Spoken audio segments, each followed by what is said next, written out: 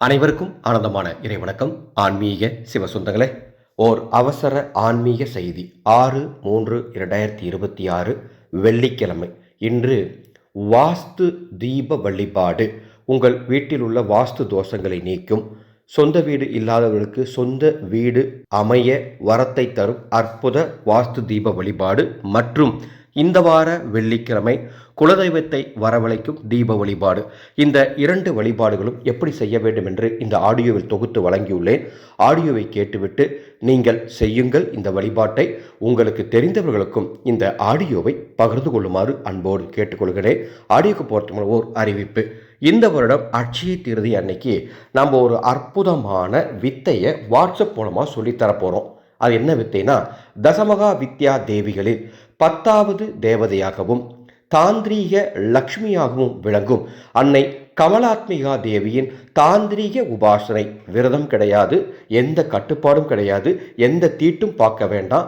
அப்பேற்பட்ட இந்த தாந்திரிக உபாசனை முதல் முறையாக உலகத்திற்கு சொல்லித்தரப்போகின்றேன். இந்த உபாசனை வகுப்பில் சேர கட்டண விவரங்கள் தெரிந்து கொள்ள மேலே உள்ள வாட்ஸ்அப் எண்ணுக்கு தொடர்பு கொள்ளுமாறு அன்போடு கேட்டுக்கொள்கின்றேன். வாட்ஸ்அப்பில் ஒரு குழு அமைத்து ஆடியோ மெசேஜ் மூலமாகத்தான் இந்த வகுப்பு நடைபெறும். எந்த கட்டுப்பாடுகளும் கிடையாது. சரி, இன்று வாஸ்து நாள் மார்ச் 6 மாசி 22 வெள்ளிக்கிழமை. நான் சொல்லக்கூடிய இந்த வாஸ்து தீபத்தை எத்தனை மணிக்கு ஏற்ற வேண்டும்? காலை 10:32 மணிக்கு முதல் 11:08 வரை வாஸ்து தீபம் வீட்டில் எரிய வேண்டும். இந்த வாஸ்து தீபம் ஏற்றுவதால் என்ன நன்மை? சொந்த வீடு இல்லாமல் கஷ்டப்பட்டு இருக்கவங்களுக்கு சொந்த வீடு அமையும் யோகம் ஏற்படும்.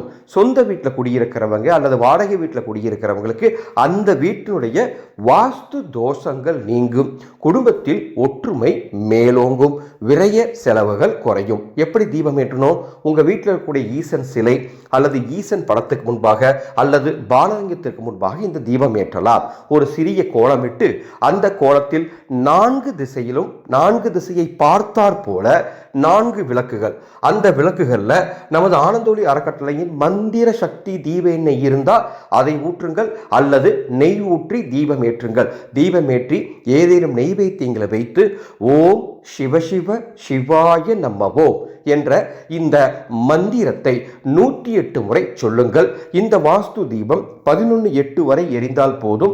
அதன் பிறகு குளிர வச்சுட்டு விளக்கு எடுத்து எங்க வைக்கணுமோ அங்க வைத்து விடுங்கள். இந்த வழிபாடு வாஸ்து தீப வழிபாடு. அடுத்ததாக ஒவ்வொரு வாரம் வெள்ளிக்கிழமையும் நம்ம குலதெய்வத்தை வரவழைக்கும் ஒரு எளிய வழிபாடு சொல்லி கொடுத்துட்டு இருக்கோம். அந்த வகையில் இந்த வார வெள்ளிக்கிழமை வழிபாடு செய்ய வேண்டிய நேரம் மாலை 5:30 மணிக்கு மேல எப்பனாலும் செய்துக்கலாம். ஏற்கனவே சங்கடகர சதுர்த்தி வழிபாடு சொல்லி கொடுத்திருக்கேன். அந்த வழிபாட்டை இன்று செய்வதாக இருந்தாலும் செய்யுங்கள் அல்லது நாளை பிரம்ம முகூர்த்த நேரத்தில் செய்வதாக இருந்தாலும் செய்து கொள்ளுங்கள். இந்த குலதெய்வ வழிபாடு செய்வதற்கு உங்க வீட்டு பூஜை அறையில 5 தீபங்கள் வடக்கு திசை நோக்கி ஏற்ற வேண்டும். அந்த 5 தீபங்கள் ஏற்றுவதற்கும் நமது ஆனந்தொளி அறக்கட்டளையின் தயாரிப்பான குலதெய்வ ஆகர்ஷண தீப எண்ணெய் இருந்தால் அதை ஊற்றி தீபம் ஏற்றுங்கள் அல்லது நல்லெண்ணெய் ஊற்றிக்கொள்ளுங்கள். இந்த இடத்துல ஒரு அறிவிப்பு. நமது ஆனந்தொளி அறக்கட்டளை 3 அற்புதமான தீப எண்ணெய்களை தயார் பண்ணி கொடுத்துட்டு இருக்கோம். குலதெய்வத்திற்கு மட்டும் தீபம் ஏற்ற குலதெய்வ தீப எண்ணெய், மற்ற எல்லா தெய்வங்களுக்கும் பொதுவாக தீபம் ஏற்ற மந்திர சக்தி தீப எண்ணெய் மற்றும் இறந்தவர்கள் படத்திற்கு முன்பாக மட்டும் தீபமேற்ற இறந்தவர்கள் மோட்ச தீப எண்ணெய். இந்த தீப எண்ணெய்கள் நீங்கள் வாங்குவதன் மூலம் எங்களுக்கு கிடைக்கும் சிறு தொகை எங்களது அன்னசேவா குழுவின் செலவுகளுக்கு பயன்படுத்தப்படும். தேவைப்படுவோர் மேலே உள்ள வாட்ஸ்அப் எண்ணுக்கு தொடர்பு கொள்ளுங்கள். 5 தீபங்கள் ஏற்றி ஏதேனும் பழங்கள் அல்லது இனிப்பில நெய்வேத்தியம் வைத்து ஓம் குலதெய்வமே வசி வசி என்ற இந்த மந்திரத்தை 108 முறை சொல்ல வேண்டும்.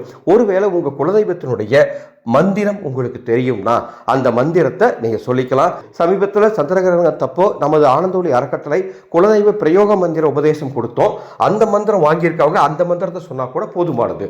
மற்றவர்கள் ஓம் குலதெய்வமே வசி வசி அப்படின்னு இந்த மந்திரத்தை சொல்லி இன்று உங்கள் குலதெய்வத்தை வீட்டிற்குள் அழைத்து வீடு முழுவதும் தூபதீபம் காட்டுங்கள். குறிப்பாக உங்கள் வீட்டின் நிலைவாசலுக்கும் தூபதீபம் காட்டுங்கள். சுபிட்சமாய் இருப்பீர்கள். இப்படி ஒவ்வொரு வழிபாடும் உங்களுக்காக தொகுத்து வழங்கி கொண்டிருக்கும் நமது ஆனந்தொளி அறக்கட்டளை சேனலை இதுவரைக்கும் நீங்கள் சப்ஸ்கிரைப் பண்ணலாம். சப்ஸ்கிரைப் பண்ணிக்கோங்க. ஒரு அன்பு வேண்டுகோள், எங்களது அறக்கட்டளை அன்னசேவா குழு என்ற ஒரு குழுவை நடத்திட்டு இருக்கோம். அந்த குழுவின் மூலமாக சில சொந்தங்கள் எங்களுடன் இணைந்து அன்னதானங்களை சிறப்பாக தினமும் செஞ்சிட்டு இருக்காங்க. நீங்களும் வாருங்கள், சேர்ந்து அன்னதானம் செய்வோம். விளக்கம் பெற என்னுடைய வாட்ஸ்அப் நம்பருக்கு தொடர்பு கொள்ளுங்கள். மீண்டும் அடுத்த ஒரு பதிவில் சந்திக்கின்றேன். ஆனந்தம் மலரட்டும், ஆனந்த ஒளி பரவட்டும்.